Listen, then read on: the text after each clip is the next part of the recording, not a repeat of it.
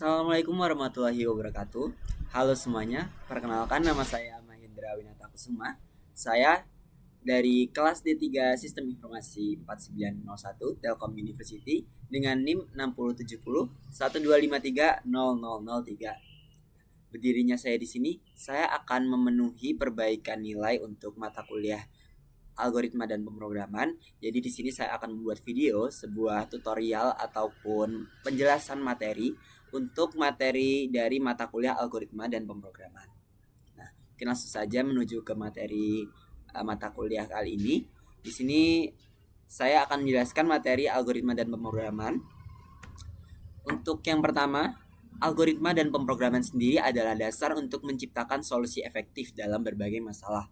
Pemrograman melibatkan pengambilan keputusan dan perulangan yang merupakan konsep penting dalam kontrol alur program.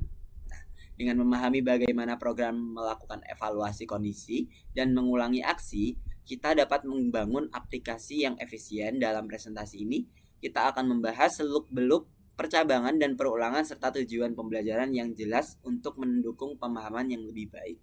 Nah, sudah jelas tadi saya menyebutkan untuk materi yang saya akan bahas kali ini di video kali ini, yaitu percabangan dan perulangan. Nah, saja kita menuju ke materi yang pertama, yaitu percabangan. Bagian 1, struktur kontrol percabangan atau selection. Pengambilan keputusan. Konsep dasarnya untuk bagian percabangan kali ini, konsep dasarnya saat menyusun solusi, kita harus membuat keputusan sesuai dengan persyaratan kondisi yang dihadapi. Nah, untuk konsep dasarnya ini kita menggunakan nilai boolean, yaitu true atau false. Dalam percabangan pengkondisiannya adalah true atau false atau if else. Nah, fungsi yang digunakan untuk menentukan arah eksekusi perintah. Kompleksitas kondisi yang dicek bisa lebih dari satu untuk menyelesaikan sebuah permasalahan. Jadi sesuai dengan namanya percabangan, nantinya akan ditemukan permasalahan-permasalahan yang bercabang. Nah, kita memerlukan percabangan ini untuk menyelesaikan permasalahan tersebut dan juga memutuskan sebuah keputusan yang benar. Lanjut ke materi yang selanjutnya, logika dan ciri utama selection atau percabangan. Logika dasarnya menjalankan blok kode tertentu hanya jika kondisi terpenuhi. Nah, jadi intinya program akan terus berjalan selama kondisi tersebut terpenuhi. Apabila tidak terpenuhi, pastinya tidak akan berjalan. Ciri-ciri utamanya, keputusan berdasarkan kondisi.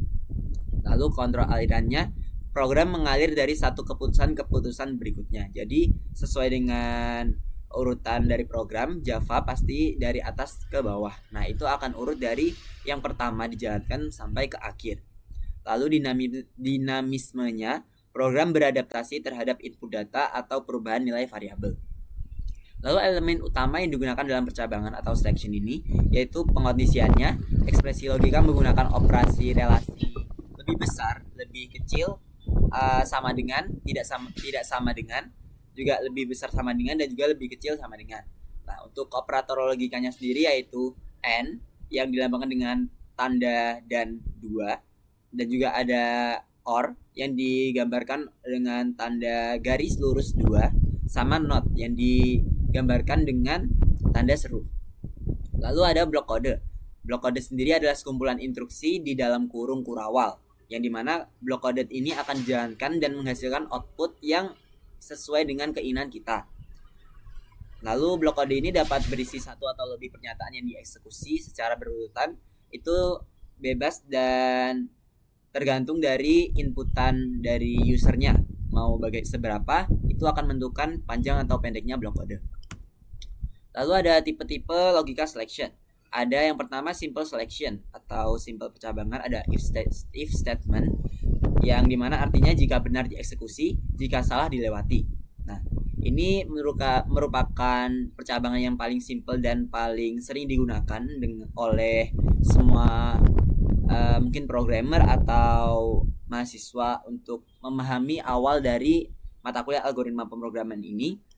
Jadi yang pertama tuh jika benar dieksekusi. Nah, nanti akan ada percabangan if else. Nah, di situ jika kondisi tersebut sudah dipenuhi di if, maka kondisi tersebut akan menghasilkan output yang sama seperti if. Apabila kondisi if masih belum terpenuhi, akan melanjutkan ke else. Nah, jika else sudah terpenuhi, program akan berhenti. Jika else masih belum dipenuhi, akan ada else lagi di bawahnya, yaitu else if, dan seterusnya sampai benar-benar tereksekusi, atau kalau jika salah dilewati. Lalu ada two-way selection if else yang tadinya saya jelaskan, untuk jika salah ada pilihan lain.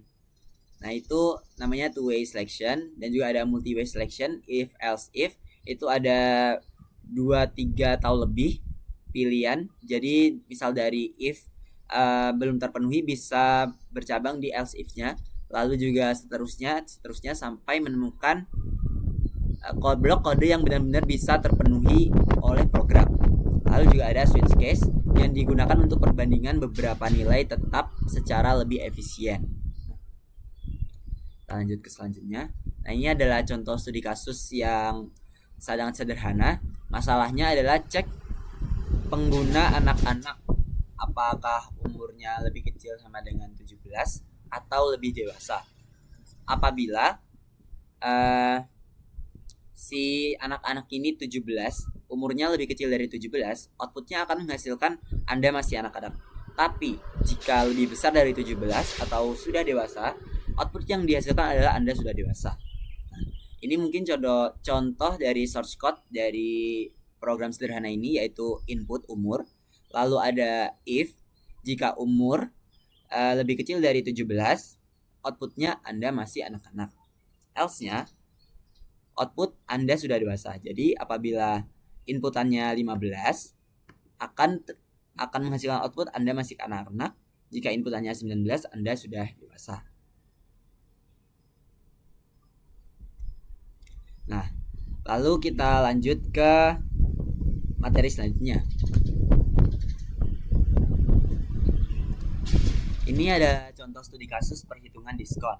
Jadi di sini ada aturan belanja lebih kecil 10.000 akan tidak akan mendapatkan diskon 0, alias diskonnya 0%. Lalu untuk belanja 10.000 sampai 20.000 akan mendapatkan diskon 10%. Lalu jika total belanja lebih dari 20.000 akan menghasilkan diskon 20%. Nah, di sini ada bagaimana source code dan output yang dihasilkan. Nah, mari kita coba untuk studi kasus yang pertama ini.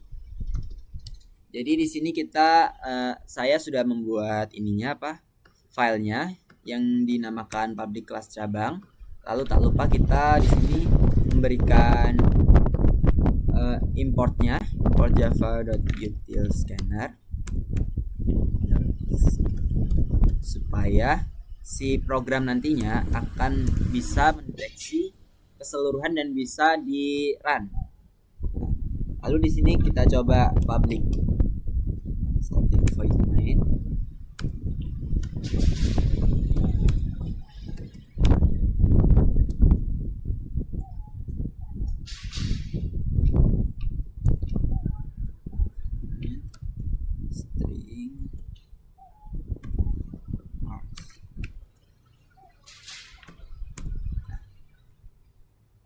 Jadi misal di sini kita kasih inputannya dulu nih.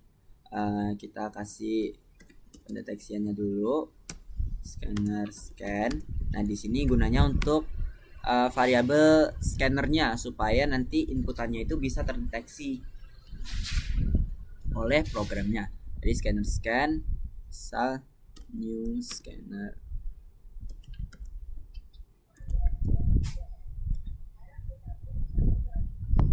Scanner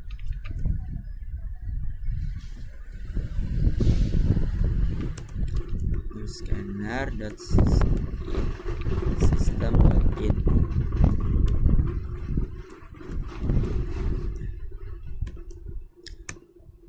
Oke.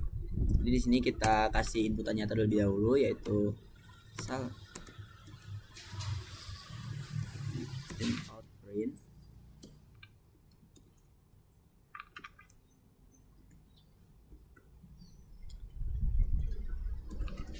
Masukkan umur.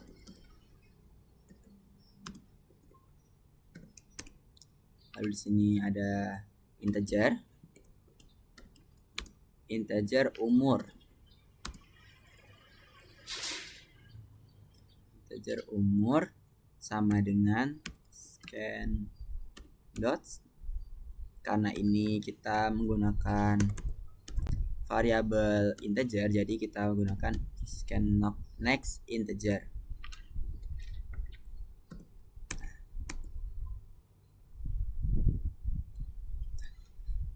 Nah, lalu jika sudah seperti ini, kita berikan kondisinya yaitu if else. Ini kita pertama kasih if terlebih dahulu di sini. Kondisian pertama yaitu bentar kita lihat. Ini tadi perhitungan diskon ya. Jadi yang pertama itu kita ini masukkan total belanja dulu.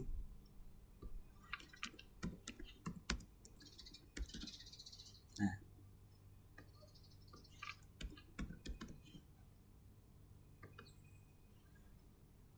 jadi di sini akan ini belanja, karena belanja ini mengambil dari variabel yang di sini, variabel yang sudah kita jabarkan di sebelumnya. Belanja lebih kecil dari 10.000. Dari 10.000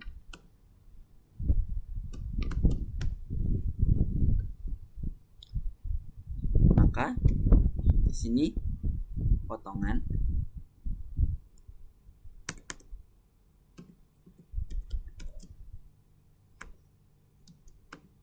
dengan 0. Lalu di sini juga ada if else-nya, else if.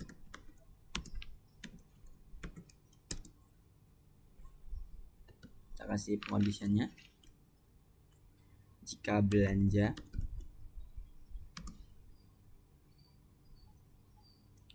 lebih 10.000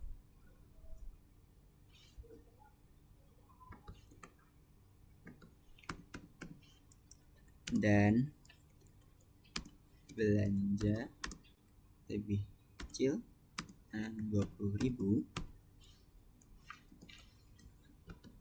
lalu potongan sama dengan 0,1 dikali belanja, dikali belanja. Ini kita ganti double aja deh, double belanja.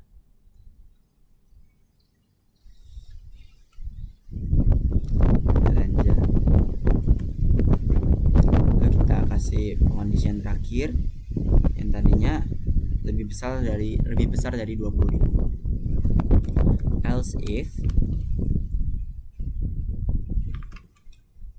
belanja else. Langsung saja kita kasih else saja karena ini pengkondisiannya sudah pasti. Yang pertama kan belanja lebih kecil dari 10.000. Yang kedua ada jarak antara 10.000 sama 20.000. Nah, ini jika tidak memenuhi kedua yang tadi, langsung saja berarti pastinya di atas 20.000. Nah, jadi kita di sini langsung kasih else, yaitu potongan sama dengan 0,2 kali belanja.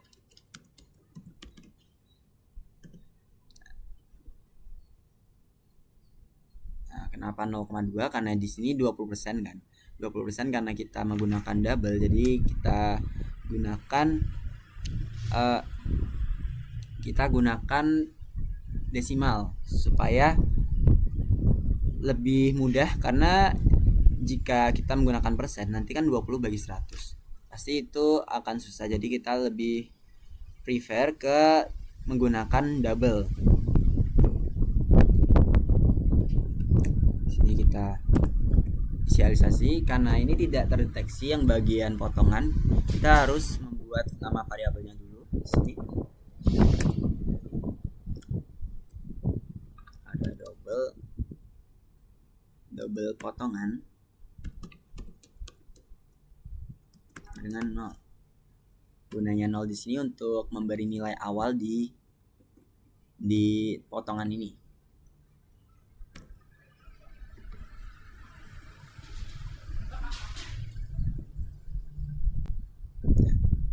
Coba kita jalankan untuk kalau total belanja. Misalkan kita belanja 30.000.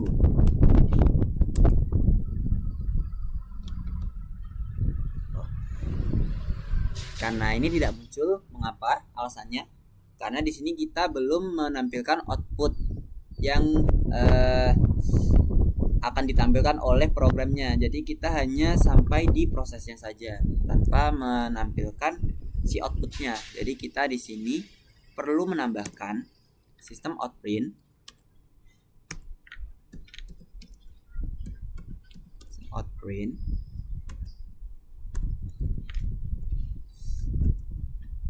total belanja Anda.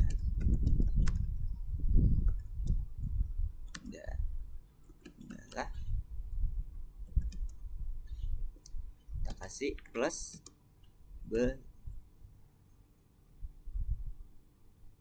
potongan. Mengapa potongan? Karena di sini integer belanja sudah dikalikan dengan yang diskon tadi, menghasilkan potongan. Kita coba running terlebih dahulu. Apakah berhasil atau tidak? Misalkan kita 30.000.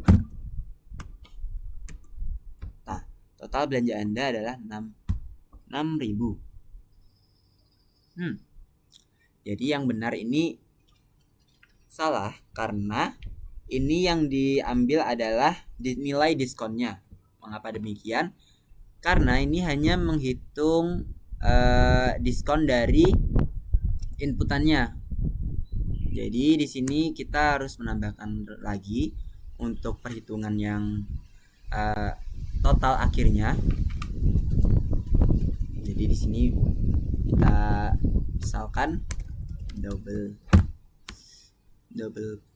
sama dengan total, misal total sama dengan potongan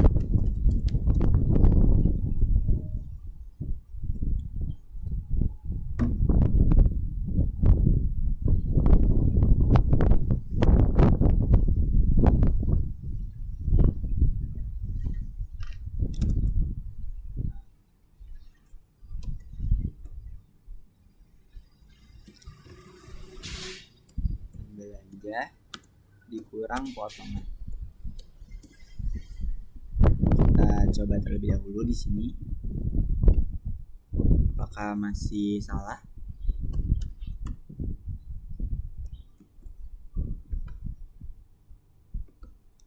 Total belanja misal 30.000. Nah, sudah benar. Nah, jadi ini hasil akhir sudah berkurang dari hasil yang awal. Kita memasukkan jumlah total belanja yang pertama adalah 30.000. Lalu kita ini masuk ke percabangannya. Yang pertama pengkondisiannya belanja yang dimana kita menghitungkan 30.000 tadi, belanja lebih kecil dari 10.000 itu sudah pasti salah. Lalu berarti kita akan melanjutkan ke percabangan yang kedua, yaitu else if. Belanja lebih besar dari 10.000 benar, tetapi kita menggunakan dan di sini, yang dimana dan itu pengkondisiannya dua-duanya harus terpenuhi kecuali atau. Kalau atau bisa salah satunya saja. Kalau dan dua-duanya harus terpenuhi. Jadi di sini karena belanja lebih besar dari 10.000 benar, tapi belanja lebih kecil dari 20.000 itu salah. Jadi ini salah karena karena salah satunya tidak terpenuhi, yang dimana harus dua-duanya terpenuhi. Lalu kita masuk ke yang ketiga, yaitu else. Potongan, karena sudah pasti yang tadi 30.000 itu di atas 20.000, jadi kita langsung ke perhitungannya, yaitu potongan 0,2 dikali belanja, menghasilkan total diskon yang tadi, yang 6.000. Nah, supaya yang dihasilkan dari outputnya ini adalah total belanja akhir, bukan total diskonnya, kita harus menambahkan source code di sini, yaitu variabel baru double total, yang dimana sama dengan belanja dikurangi potongan. Belanja ini adalah jumlah awal, yaitu 30.000 tadi, sedangkan potongan ini adalah jumlah diskon yang didapat, yaitu 6.000. 30 dikurangi 6.000 yaitu 24.000. Berarti program yang kita buat kali ini berhasil.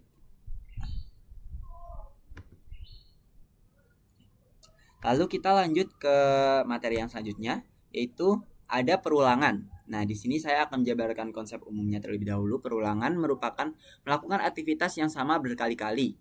Sesuai dengan namanya, perulangan berarti program tersebut akan terus berulang selama kondisi tersebut terpenuhi. Nah, tujuan utamanya itu untuk menghindari penulisan kode berulang. Karena jika kodenya sama tapi dituliskan berkali-kali, itu kan sangat tidak efisien. Jadi kita menambahkan looping atau menggunakan konsep looping ini untuk menghemat atau mengefisiensi program.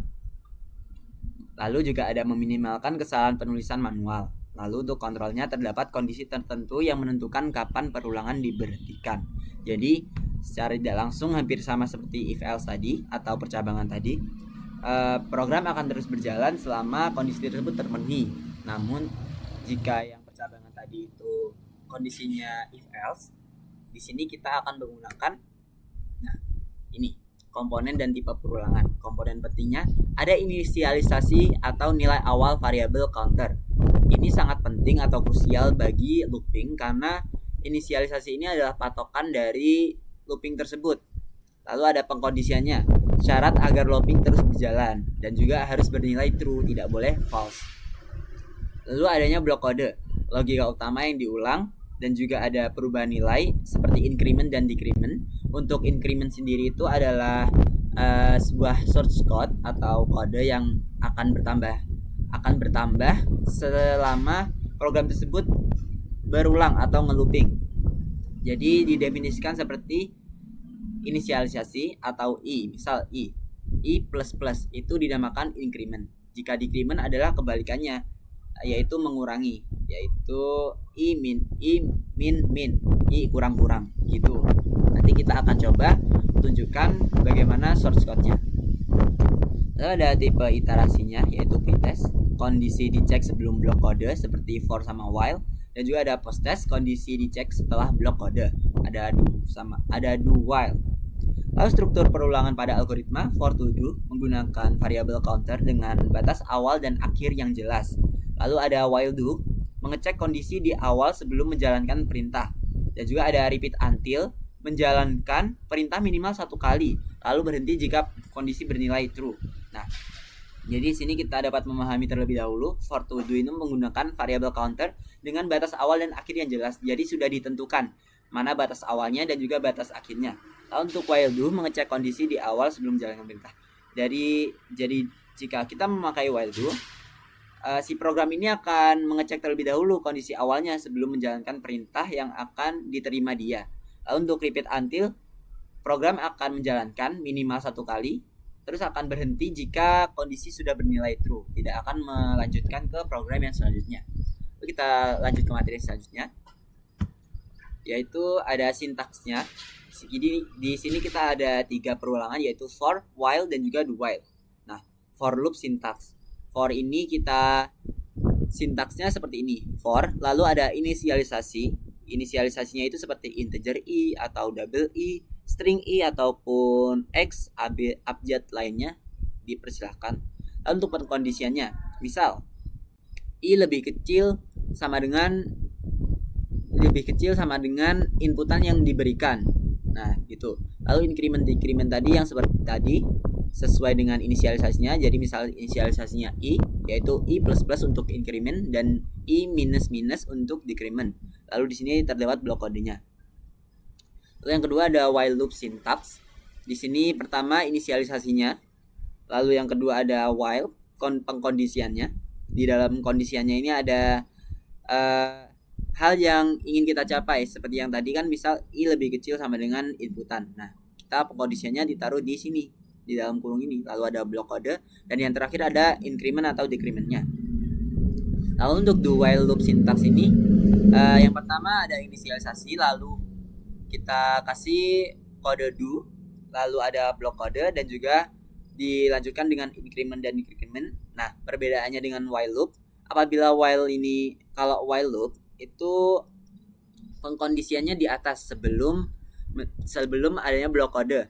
Kalau do while ini kita do terlebih dahulu, lalu untuk while pengkondisiannya. Jadi perulangannya dari bawah ke atas gitu. Lanjut. Nah, ini adalah contoh studi kasus perulangan, yaitu menampilkan angka 1 sampai 5 menggunakan for integer i sama dengan 1, i lebih kecil sama dengan 5, i increment bilangan ganjil 1 sampai 5 menggunakan pengecekan modulus if angka modulus 2 tidak sama dengan 0. Di dalam loop akumulasi penjumlahan, menjumlahkan bilangan yang tampil ke dalam variabel jumlah. Contoh 1 plus 3 plus 5 sama dengan 9. Nah, kita coba program tersebut. Untuk menjalankan programnya tadi, kita tetap pakai yang ini saja untuk menghemat waktu. Jadi di sini saya sudah seperti biasa, kita membuat nama filenya terlebih dahulu, lalu ada mainnya, penginisialisasi mainnya. Lalu yang pertama kita kasih dengan penginisialisasian variabel.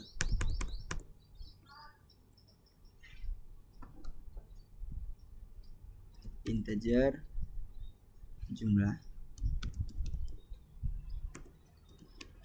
sama dengan 0. Nah, mengapa 0? Supaya nilai awal yang diberikan adalah 0 atau netral. Nah, yang pertama kita menggunakan for, lalu kita kasih tanda kurung. Di dalam kurung ini kita inisialisasi terlebih dahulu, yaitu misal kita menggunakan integer i kita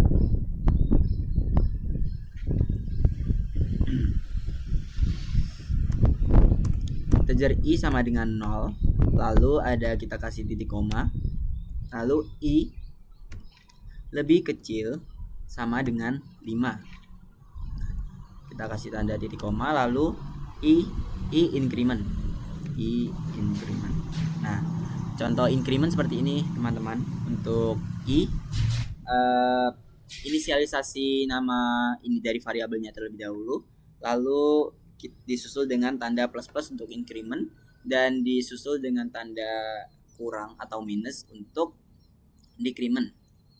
Kita kasih titik kurawal. Lalu di sini ada pengkondisiannya, if else-nya. If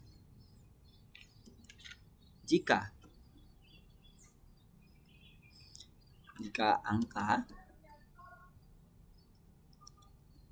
sama dengan 1,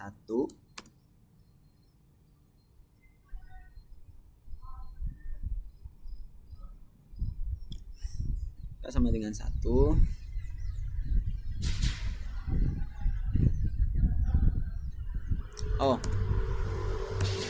jika angka modulus 2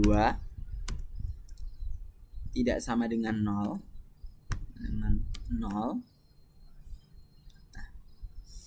lalu kita kasih kurung awal, akan menghasilkan sistem outprint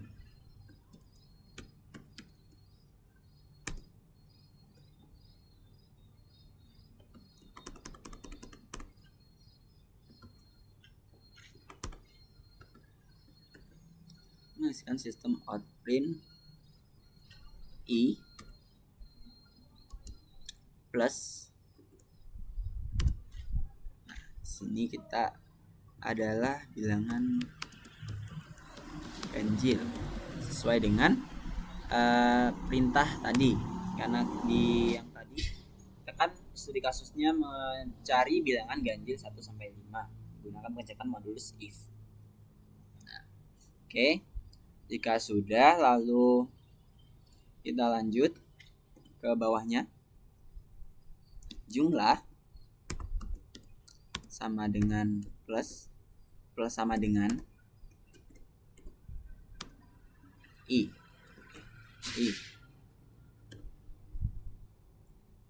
Nah, jika sudah, kita keluar dari perulangannya, yaitu di setelah kurung awal yang biru ini, kita kasih sistem out print.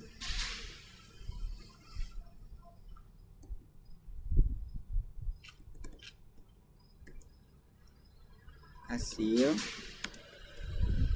penjumlahan semuanya sama dengan sini, kita kasih jumlah. Nah, untuk guna dari jumlah plus sama dengan ini, untuk menghitung dari semua perulangan ini, kita coba terlebih dahulu. Kita save, kita coba. Oh, sini ada yang error. Dan sini angka bukan angka, tapi i. Yes. Kita coba.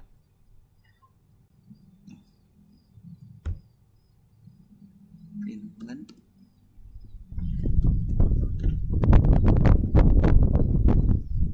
Nah, kita bisa dilihat ini 1 adalah bilangan ganjil, 3 adalah bilangan ganjil, 5 adalah bilangan ganjil. Nah, mengapa demikian? Karena di sini kita memberikan I modulus 2 alias, atau yang dimaksud adalah bilangan 5 dibagi 2 tidak boleh sama dengan 0. Jadi 5 dibagi 2 kan tidak ada sisa nih. 5 dibagi 2 kan ada sisa nih 1, berarti itu masuk ke ganjil karena kondisinya tidak sama dengan. Namun 4 dibagi 2 atau modulus 2, sisa baginya 0. Jadi tidak masuk ke bilangan ganjil. Nah, lalu hasil penjumlahan semuanya ini yang 9 didapat dari jumlah plus sama dengan I. Mengapa plus sama dengan? Mengapa tidak jumlah sama dengan jumlah plus I? Karena sebenarnya sama saja, hasil yang akan ditampilkan sama saja, namun di sini kita menghemat atau mengefisiensi kodenya, karena yang di hasil akhirnya juga tetap akan sama. Karena di sini maksudnya akan nilai jumlah yang awal akan diisikan dengan jumlah yang setelah diproses, menghasilkan hasil jumlahnya 9 karena 5 tambah 3 tambah 1. Oke. Yang terakhir, tak ada latihan soal. Yaitu buatlah sistem kasir sederhana di mana pengguna diminta menginput jumlah barang, lalu program akan menghitung total belanja dan memberikan diskon secara otomatis berdasarkan kondisi. Kondisi pertama, if program mengecek apakah total belanja mencapai 200.000 atau lebih. Jika benar, maka variabel diskon diatur ke 15%. Lalu ada kondisi kedua, jika kondisi pertama tidak terpenuhi, program mengecek apakah belanja mencapai 100.000 atau lebih. Jika benar, diskon diatur ke 10%. Kondisi terakhir, jika semua kondisi di atas salah, artinya belanja di bawah 100.000, maka program masuk ke jalur terakhir di mana tidak ada diskon yang diberikan, alias diskon sama dengan 0. Nah, kita coba untuk membuat kodenya. Ini. Nah, di sini kita sama saja untuk filenya.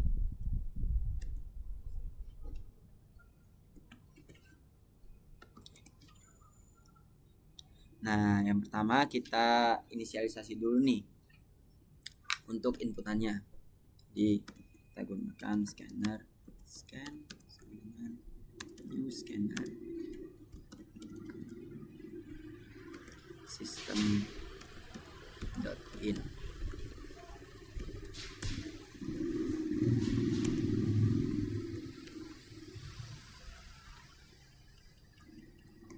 Sini kita sistem out print, masukkan jumlah jenis barang yang dibeli.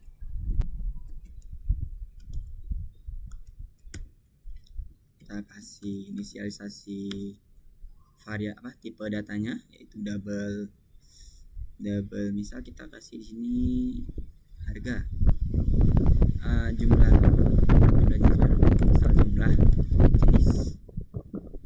barang sama dengan input. Kita karena di sini kita menggunakan scan, jadi kita di sini tulis scan dot next double.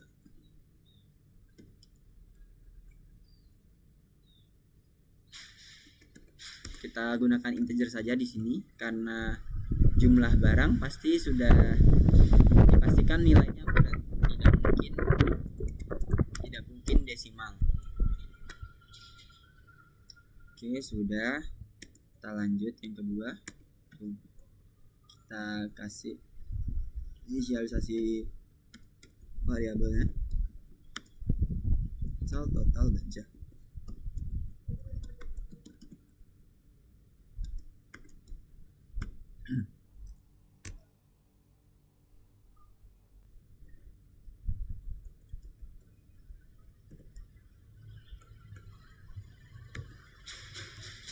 Nah, kita di sini langsung menuju ke for atau perulangannya, yaitu for integer i. Di sini saya menggunakan variabel i. Untuk variabel ini penamaannya bebas ya. Jadi entah kalian mau menggunakan abjad saja atau kata bisa. Itu bebas sesuai dengan selera masing-masing. Integer i sama dengan 1 misal. Lalu i lebih kecil sama dengan jumlah barang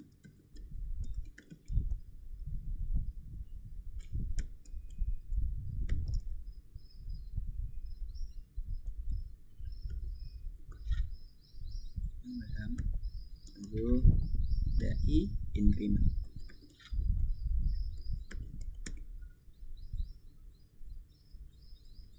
Ada sistem out dan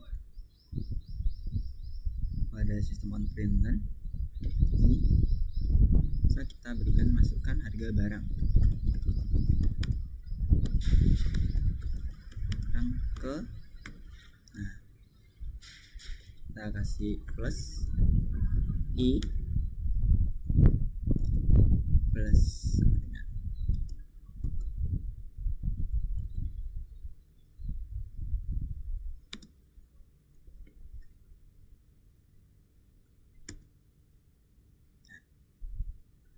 lalu di sini ada double harga sama dengan scan next double.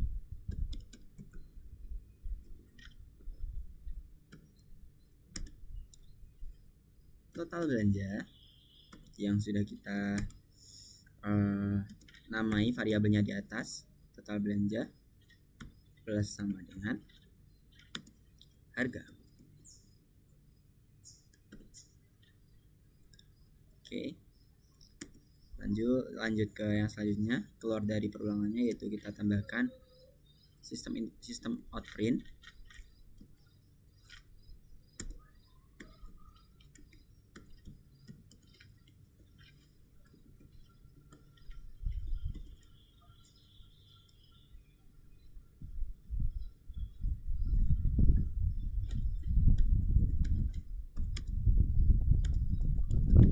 Sebelum diskon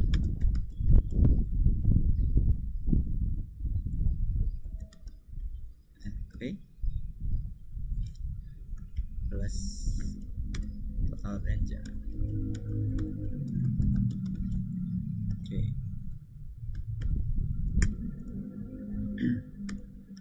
Lalu di sini kita mulai dengan proses dari perhitungannya, yaitu kita inisialisasi dulu variabelnya, tipe datanya yaitu double diskon sama dengan 0. Lalu ada if kondisinya, kita kasih total belanja aja lebih besar sama dengan 200.000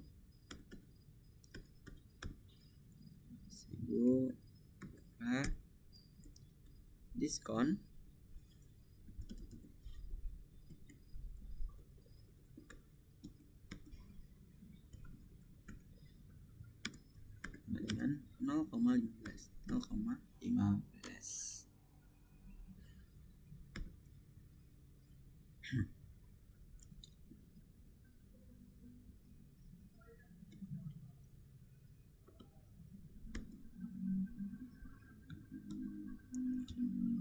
lalu ada outprintnya, sistem outprint.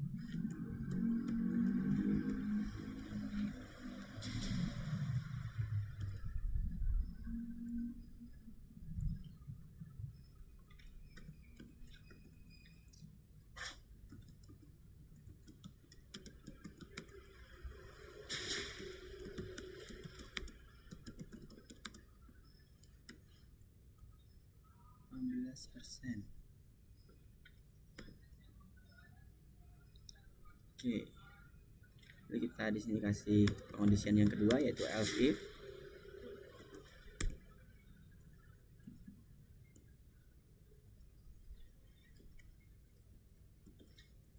Sini total belanja. Total belanja lebih besar sama dengan 100. Sama dengan 100.000. Di dalamnya kasih diskon sama dengan 0,10. Lalu ada sistem outprintnya, kita copy aja. Anda mendapatkan diskon 10%. Lalu ada yang terakhir, kondisinya else. Jika keduanya tidak terpenuhi, langsung saja akan menghasilkan sistem outprint. Maaf, Anda tidak mendapatkan diskon.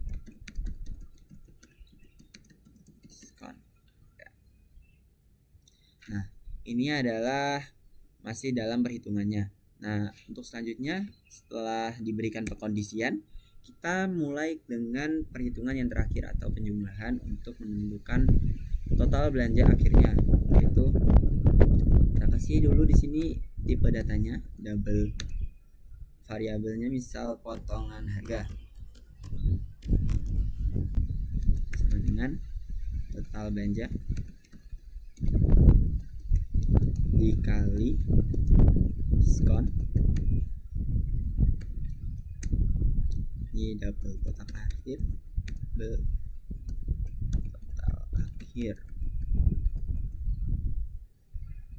sama dengan total belanja dikurangi potongan harga.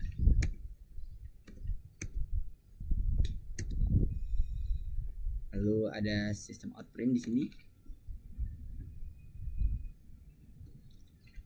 Potongan harga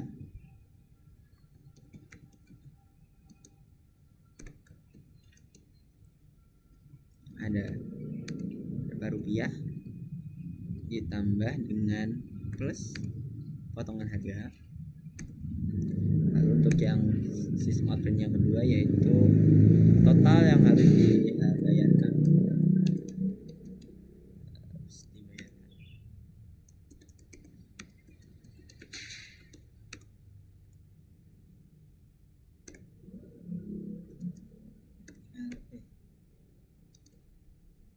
Plus total akhir. Udah, kita coba run. Apakah ada di sini kita ada salah typo. Masukkan jumlah jenis barang yang dibeli. Misal kita beli 3. Masukkan harga barang ke 1. Misal 100.000. Harga barang kedua misal 200.000. Barang ketiga misalkan 200.000 juga. Sini total belanja sebelum diskon adalah 500.000. Benar karena 200.000 tambah 200.000 tambah 100.000 500.000. Lalu selamat, Anda mendapatkan diskon 15%. Mengapa 15%? Karena totalnya di atas 200.000. Nah, potongan harganya 75.000. Jadi total yang harus dibayarkan adalah 425.000. Dengan demikian, latihan soal yang diberikan dapat terpenuhi dengan hasil akhir yang sesuai.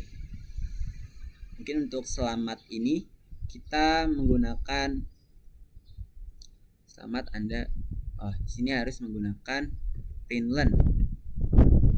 Nah, di sini. Ya.